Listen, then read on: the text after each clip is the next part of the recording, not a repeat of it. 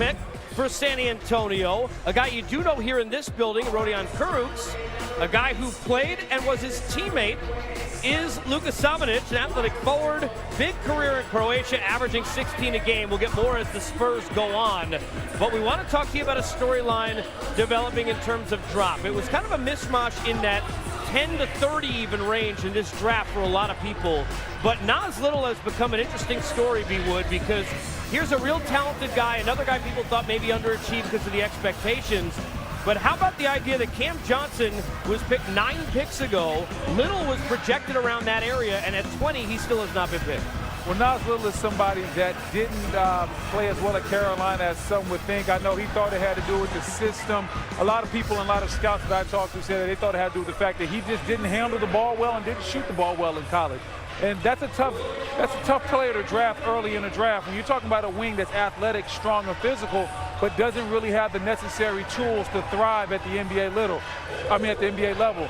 If you can't shoot, they generally don't want you to be able to handle the ball. If you can't do both of them, you now become a project. And he's a project wing player right now, and so we're seeing his stock drop a little bit. Yeah, and B-Wood, you look at him because he was so talented coming out of high school. Yeah. Here's a guy that didn't score a lot for Carolina, only averaged 9 points, didn't have an assist his last 9 games. He's a super athlete. He's, like you said, a guy that still needs some work. He still can have a great pro career. I hope he doesn't get down, because when you get selected, you just got to go in there and work. Use it as motivation to work on your weaknesses. Let this be the fuel that fires you to get in the gym, work on that jump shot. So that's why I think there's some similarities to Cam Reddish, because highly touted coming out of high school, not the first option, not the second option, really became further down in the roster in terms of options. And now he's sliding down in the draft. You were saying before, you hope Reddish uses being picked 10th as a chip. We'll see where Little ends up and how much he can use that to try to motivate him. Yeah, and the good thing is for him is that he does have a high motor. He is athletic. He is aggressive. I know he didn't like playing the 4 a lot at Carolina, but I thought that's what suited him best with the Tar Heels right now. He was able to use his speed, quickness, and agility at that 4 spot. All right, now there are obviously trades that commence. This could be one of those picks. There is a reported possible deal in the works where the Celtics would be moving this pick to Philadelphia for 24 and 33. So Philadelphia will end up attaining the player that we see in now a minute or so to go. So we'll see where we go. When you look at the Celtics, you look for maybe, especially if Horford leaves, size. What do they do? Robert Williams, an intriguing guy, but they're looking to move Baines. There would be a question, right, in terms of in the middle. You wonder if Bruno Fernando, a guy they probably wouldn't have to get here, maybe a guy, Tom, they can get a little bit lower, who certainly fits the bill of size. Well, I think back to your original point with Boston when we were at 14, there's no way they're going to keep all 3 of these. I just can't see them adding 3 rookies to their roster. So you see him slide back to 24, pick up a second-round pick, which doesn't hit the cap, and then, we see what happens. I think both 20 and 22 could and even 24 again could be on the move, because Danny Ainge does not need multiple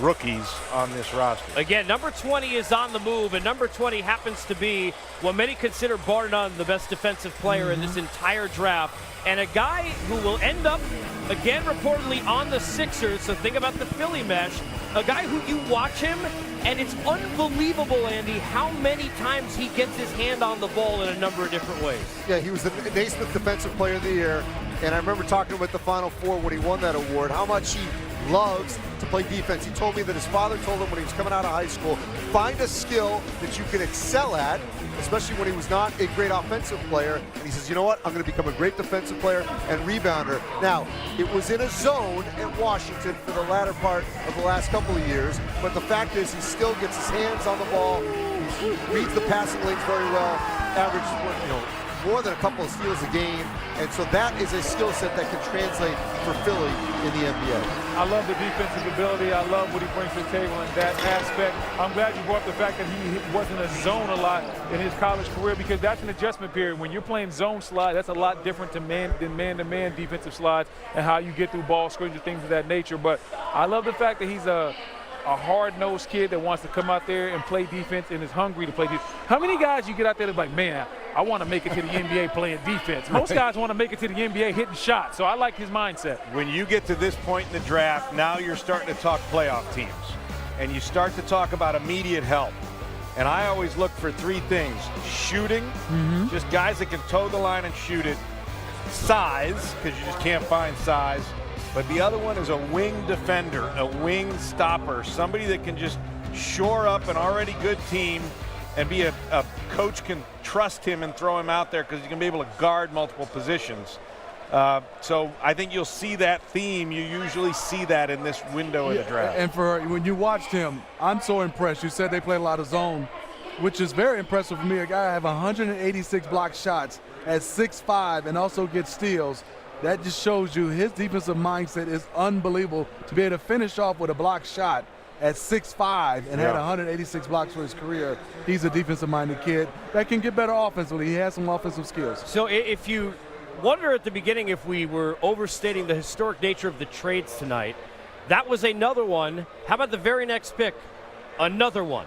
So 21, which was supposed to be Oklahoma City, they had been attempting to move during the course of the day, perhaps with some cap to try and get under that luxury tax. They are trading back to Memphis, who moves up to 21. So when you look at Memphis, Ja Morant, we had Jaren Jackson here. Obviously, B, what you think about Conley and Gasol, those days are gone. It's a new team now moving forward with the Grizzlies. Also a second rounder coming in this deal. Little, Kabengele available. You got Fernando, Keldon Johnson, Brandon Clarke, Bol Bol. Those are some of kind of the next group. You got your point. Maybe you got your four. Where do you look at kind of here now for Memphis in this group? I like Keldon Johnson from Kentucky. This is a kid that is competitive, works hard. I like the way he shoots the ball. He was another kid that we thought would be drafted a little bit higher, but I love his competition level. I like the fact that he can shoot the ball. I think he's ready to come in right away and help him. Keldon Johnson's the type of guy that I like in this pick. I also like Kabengele. You know, he's a sixth man, but he led Florida State in scoring. Dikembe Mutombo's nephew. He can block shots, 7'3" wingspan. I think that's another kid that might can go that direction. Kabengele, a guy, by the way, doesn't start a single game, still gets an all-ACC honorable mention, ends up leading the team in scoring. Andy, obviously, fit is part of it, but if I asked you best on board, and last time I asked you, you said Culver, and he was the guy. Give me best on board remaining now. I probably would go Keldon Johnson. I'm a big fan of Brandon Clarke, but I don't know if that necessarily fits Memphis right here, but he's still available. You know, Kabengele, I think those are the three guys, if you were to say the best player available right now: Johnson, Kabengele, and Brandon Clarke. So can we talk about what's going on in all these draft rooms right now? Because the phones are lighting up because nobody knows who has what pick, and everybody's hunting a certain player. And you got Memphis going up 2 spots. What were they worried Boston was going to take ahead of them? How would they know? I mean, it's just like, I've been in these rooms where you'll have 8 phones lit up with people hunting picks. To where like the intern grabs it. I'll never forget one time it was like, hold on one second, Mitch. And they were like, Tom, it's Mitch Kupchak on line 9, you know, but we were already in Portland. We had moved that pick and we're on to something else. It's just interesting to me what's happening in these rooms right now as the frenzy heats up for the immediate help type talent that's in this range. I feel better now that Tom has told us maybe the GMs don't know, because certainly we're going to get crossed up at some point where, I mean, remembering who's got what pick, think about this.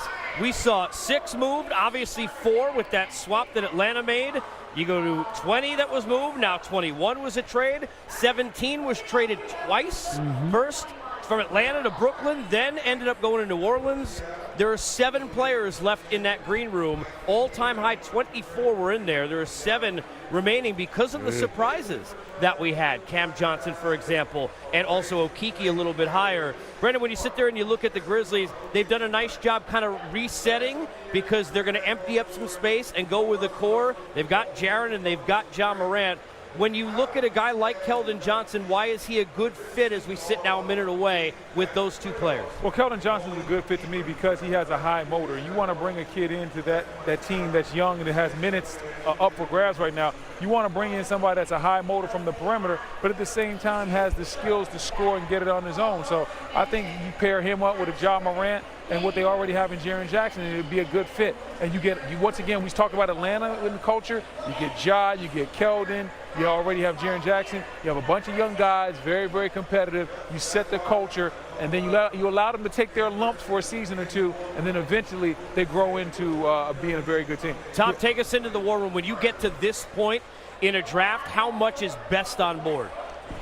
I mean, how much you at that point are you looking fit still this now late in the first you're round? a lot more fit right now, okay. and you're a lot more in a conversation with your coach because you want to draft somebody that your coach is going to believe in. Now, it sort of depends. If you're one of these, if you're a playoff team, that's what you're after. If you're more like Memphis here, just looking to get as much talent as possible, you may swing for more upside even here in the draft because you're not as worried about fit. You just want talent and see how it all shakes out, like you said. But how about Jaren Jackson? I mean, how about the brightness in his eyes when he was here? And I thought it was his watch from here. But you put him with Ja Morant, and they have this real identity now.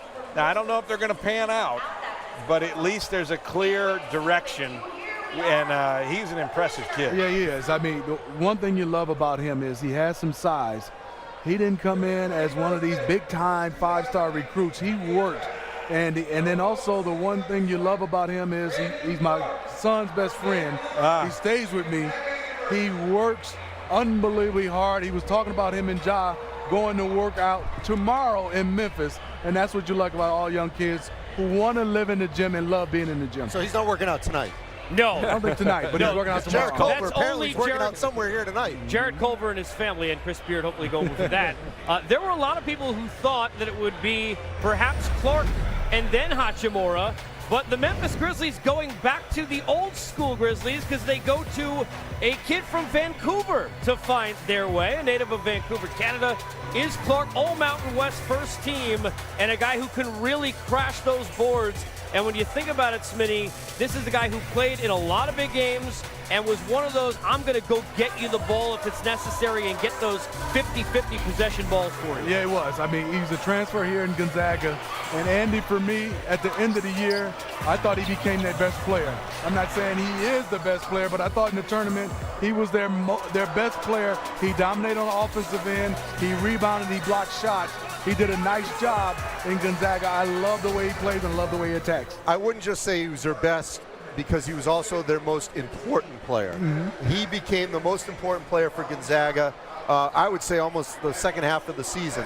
The way he was their rim protector, the way he was a great rebounder. I mean, he shot, what over 70% because he was finishing everything around the rim. He sat out coming from San Jose State, improved his game dramatically. He's very humble. Speaking of that chip thing that we've been talking about where nothing was handed to Brandon Clarke. He had to earn everything. And so he's embracing this moment, and I know he's going to take none of this for granted. Listen, that kid, when you watch him play, the first thing that pops off the screen is energy, energy, energy, energy. He has his own energy. And you can't coach that. Everybody doesn't have it. Some players just wake up and they get out of bed and they just have that want to. And this kid definitely has that, and that's why he was so successful. I love the fact that he dunks everything with power. We want to catch you up to date on all the trades, but we don't have enough time. I'll tell you this, the Celtics 2 picks ago traded one to Philly for 2 more that are coming, but they still got this one at 22. You cover all that? The picks continue to roll. Our coverage, 2019 NBA Draft, NBA TV.